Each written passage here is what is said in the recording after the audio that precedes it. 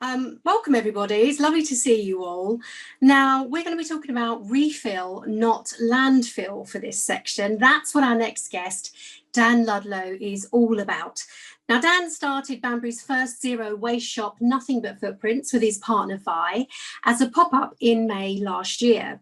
Having popped up literally across Banbury and Bicester throughout summer 2019, they moved into their own shop in Banbury's Castle Quay shopping centre last September with a small range of refillable products.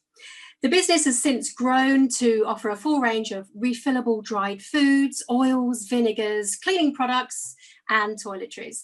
The shop is carbon zero and is an extension of the couple's personal ethical shopping values. I'm delighted to welcome Dan to our event tonight. Dan, hello. Hello. Please feel free to unmute yourself. Thank you for joining us. I'm really looking forward to hearing more about ethical shopping here in Banbury. So let's kick off with our first question. What's the vision and ethos of the Nothing But Footprints brand in a nutshell, Dan? So basically I suppose we are there to enable people to make more ethical, sustainable choices and to reduce the waste that they create just by living their life. We all do it through our life, that we're all going to have a footprint on the world, but there are ways of reducing it, and that's kind of what we're all about, really. Okay, and how does a zero carbon retailer differ from a traditional retailer? So I guess basically it's about it's kind of in everything you do, really. So when what we are about is primarily reducing waste, reducing carbon emissions and sustainability. So every product we sell has to be sustainable, it has to be biodegradable, it has to leave as little a footprint on the world as it can, really.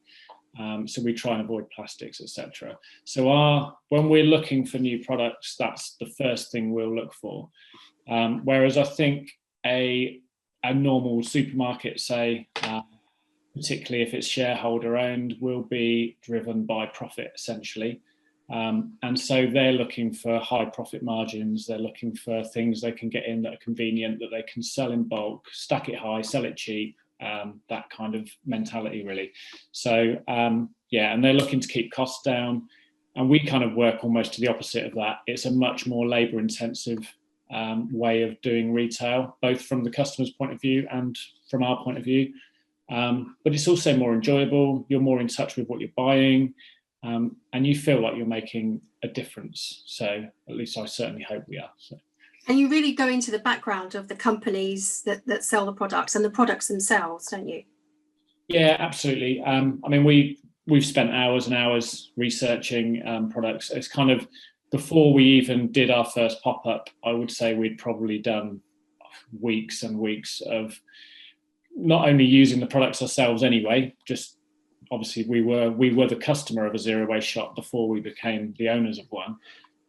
So we were kind of already familiar with some of them through that. And then, yeah, we just did further research online to, find out, dig the dirt, really, and see what we could find. Most products, there aren't really many perfect products out there. So there's always something that you have to dig for.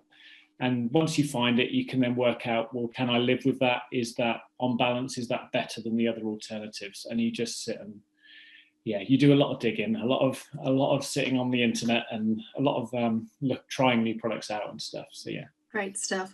So talking about digging and finding stuff out, what's your geographical boundary for product purchase and stocking products? I guess it depends on the products. So obviously there are products like lentils that are grown in Canada. So you can grow them in the UK, but they tend to be more labour intensive and farm intensive. So that cannot necessarily, just because something's grown in the UK doesn't necessarily mean it's got a lower carbon footprint than something that's grown somewhere else, as long as it's transported in the right way and not flown, etc. So it kind of depends. But also we do try and support local, obviously, where we can. So we have beeswax wraps that are made by someone who lives just down the road from us. Our honey is literally a guy who lives just a few doors along, pretty much. So we do try and do that, but we also support businesses throughout the UK.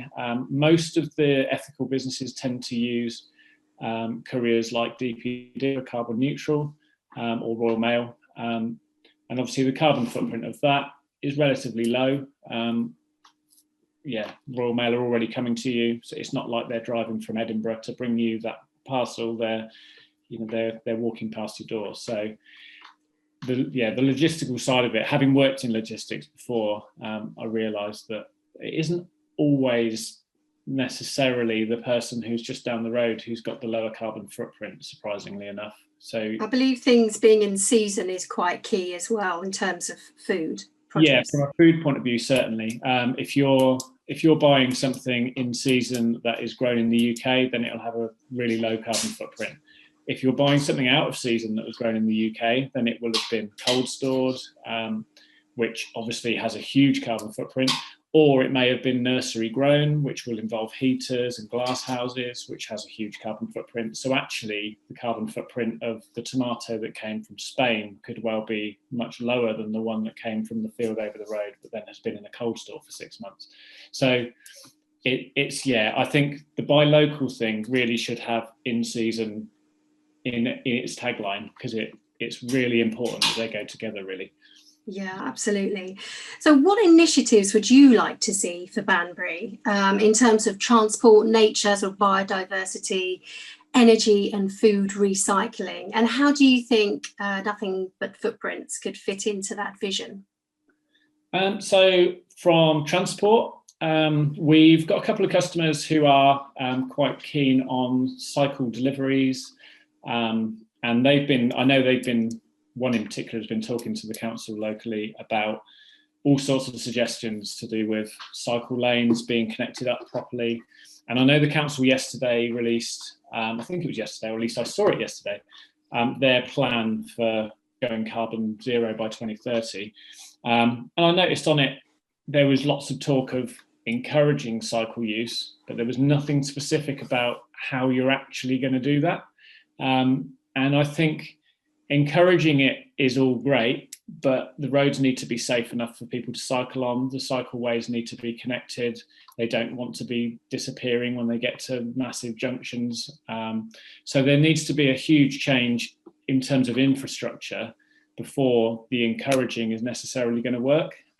You're not going to get people on a road if it's a death trap, I guess, is the point. So pedal and post would be a great one.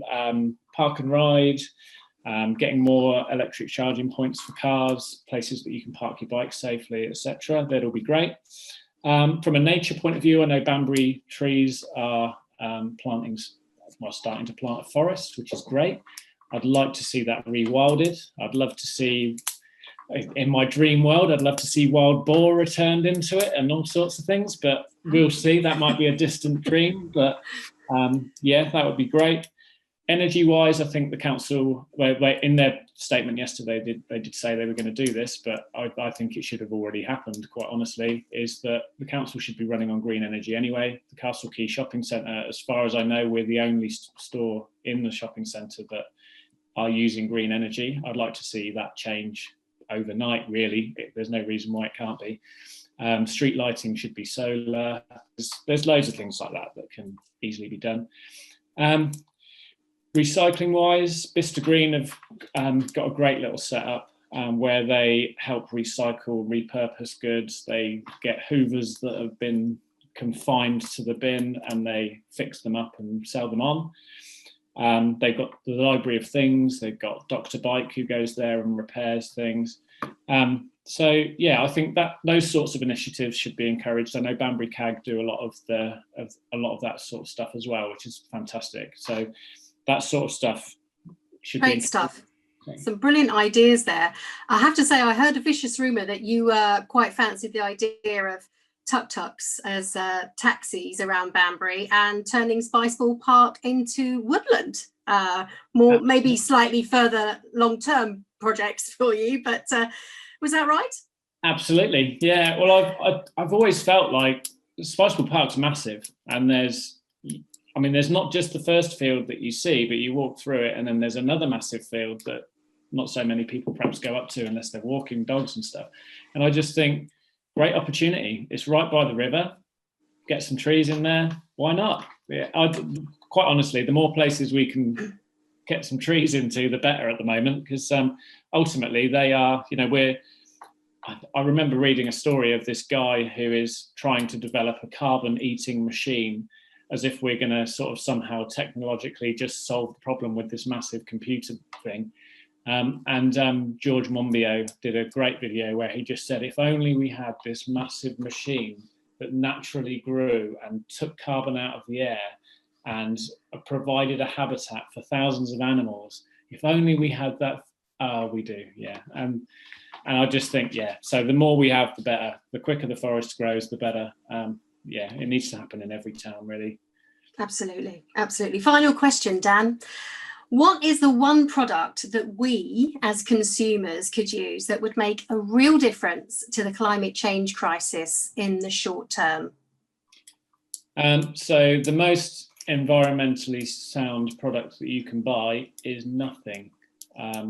So I think what we've got to get away from is overconsumption. I think it's a massive reason why we're in the mess we're in, is that we've got, I mean, we literally train people for 4 years at university on how to sell people stuff they don't need with money they don't want. And it's frightening, really, that we've got so good at it that we have people who get themselves into debt because they buy so much stuff because they think these things are going to make them happy. And actually, I would really hope that if one thing comes out of the whole mess of coronavirus and all this stuff that we're having to deal with at the moment, it's that people recognize that actually that stuff hasn't made them happy, but maybe spending time with their family, spending time with their friends, and just having that valuable connection is far more important to people than stuff. And I think people need to, we're not going to buy ourselves out of this. I think it's going to be something that we're going to have to, we're going to have to change the way we live, and we're going to have to stop consuming. Yeah.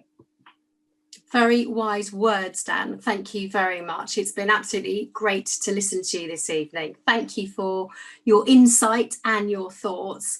Now you can relax and enjoy the rest of the event. Thanks, Dan. Thank you very much.